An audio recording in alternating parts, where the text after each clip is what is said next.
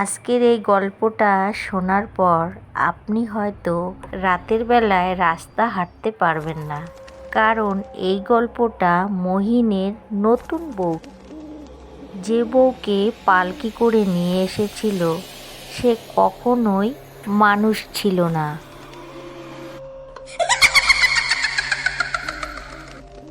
এমন ভয়ঙ্কর গল্প পেতে চ্যানেলটিকে সাবস্ক্রাইব করুন। ভিডিওটি ভালো লাগলে লাইক, কমেন্ট, শেয়ার করতে ভুলবেন না।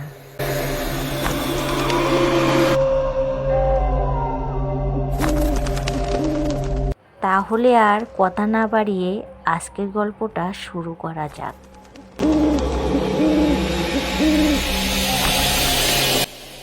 গ্রামের নাম ছিল শালবনী।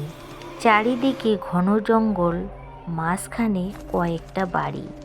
রাত নামলে অদ্ভুত একটা নীরবতা। আর সেই গ্রামে থাকতো মহিম। মহিম ছিল চুপচাপ আর নিরীহ ছেলে।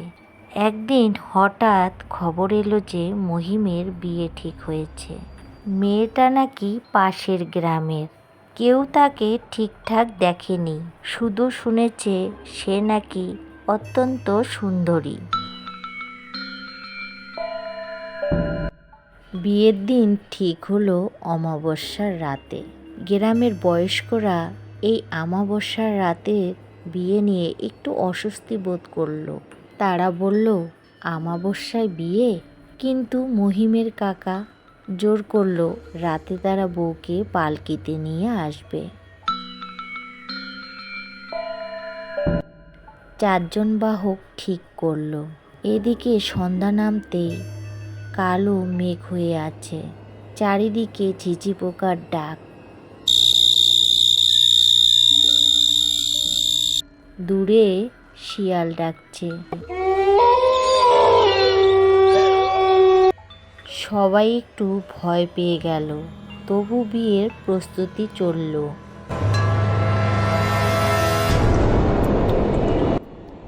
রাত 12টার দিকে পালকি দেখা গেল। কুয়াশার মধ্য দিয়ে ধীরে ধীরে এগিয়ে আসছে। বাহকদের মুখ ঠিকঠাক দেখা যাচ্ছে না, শুধু দেখা যাচ্ছে তাদের ছায়া।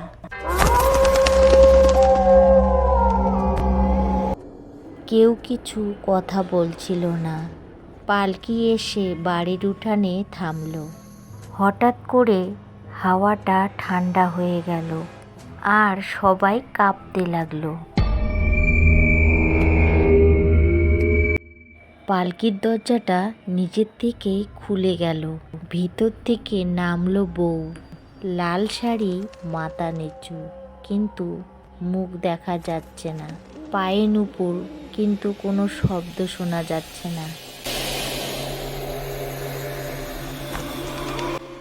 মহিম এগিয়ে এলো। তার হাত ঠান্ডা হয়ে গেল। বউয়ের হাতটা ছিল ঠান্ডা বরফের মতো, কিন্তু কেউ কিছু বলল না।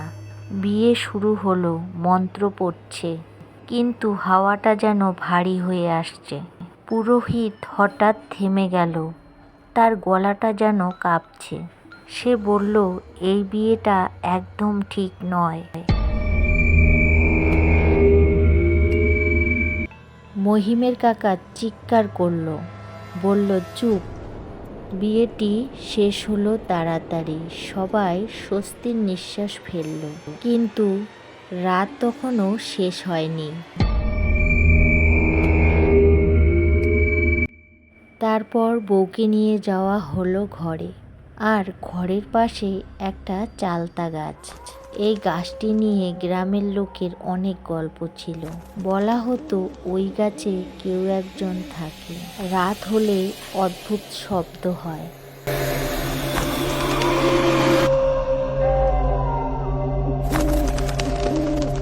ওই চালতা গাছের ঘরে কেউ কখনো যায় না, কিন্তু আজ ওই ঘরে বউকে রাখা হলো।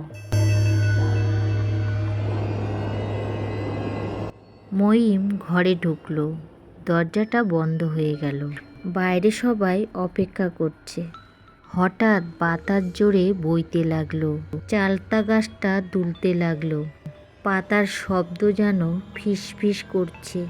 ঘরের ভিতর থেকে শব্দ এলো, যেন কেউ হাঁটছে।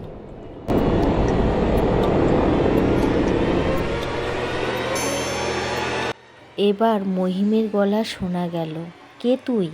কিন্তু কোনো উত্তর নেই। তারপর একটা চাপা হাসি।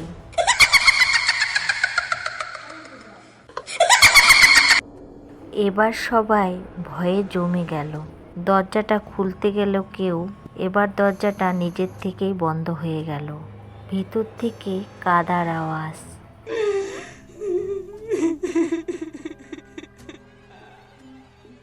কিছুক্ষণ পরেই একদম নিস্তব্ধ, একদম চুপ।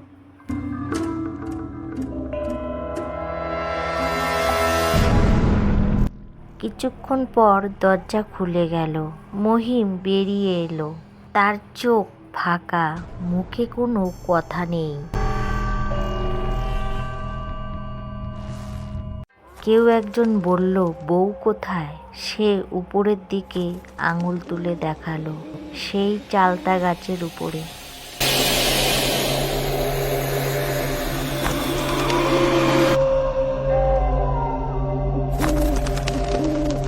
সবাই অবাক হয়ে চালতা গাছে তাকালো। তারা দেখতে পেল চালতা গাছে কিছু একটা দুলছে।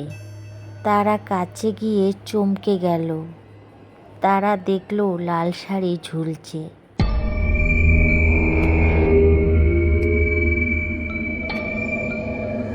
কিন্তু ভিতরে কেউ নেই, শুধু কাপড় হাওয়ায় দুলছে। হঠাৎ কাপড় নড়ে উঠল, মনে হলো ভিতরে কেউ ঢুকছে। তারপর ধীরে ধীরে একটি মুখ বেরোলো, সেটি হলো বউয়ের মুখ। কিন্তু তার চোখ দুটো সম্পূর্ণই কালো। সে গাছের উপরে বসে আছে আর হাসছে।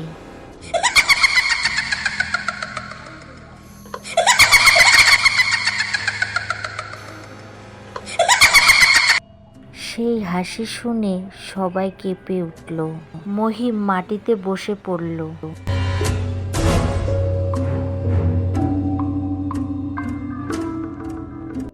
বউ বলল, আমি এসেছি।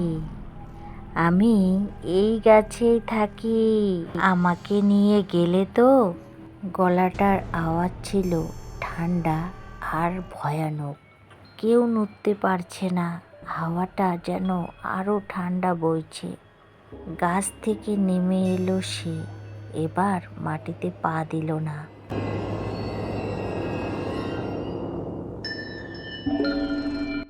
ধীরে ধীরে মহিমের কাছে গেল, তার মুখের সামনে মুখ আনলো, বলল, তুই এখন আমার।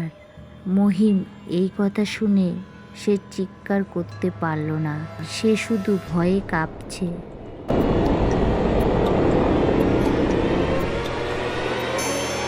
তারপর সব অন্ধকার, সবাই অজ্ঞান হয়ে গেল। সকালে গ্রামবাসী এলো, তারা দেখতে পেল সবাই পড়ে আছে।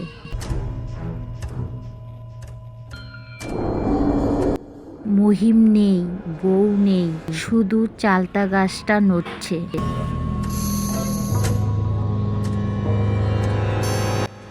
শুধু গাছের ডালে একটা পালকি ঝুলছে।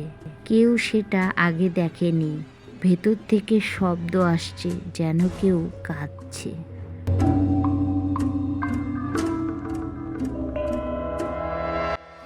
কেউ সাহস করে কাছে গেল না। আর সেই দিন থেকে গাছটি আরো অভিশপ্ত হয়ে উঠল। মাঝে মধ্যে এখনো পালকি দেখা যায়, ভেসে আসা কুয়াশার মধ্যে।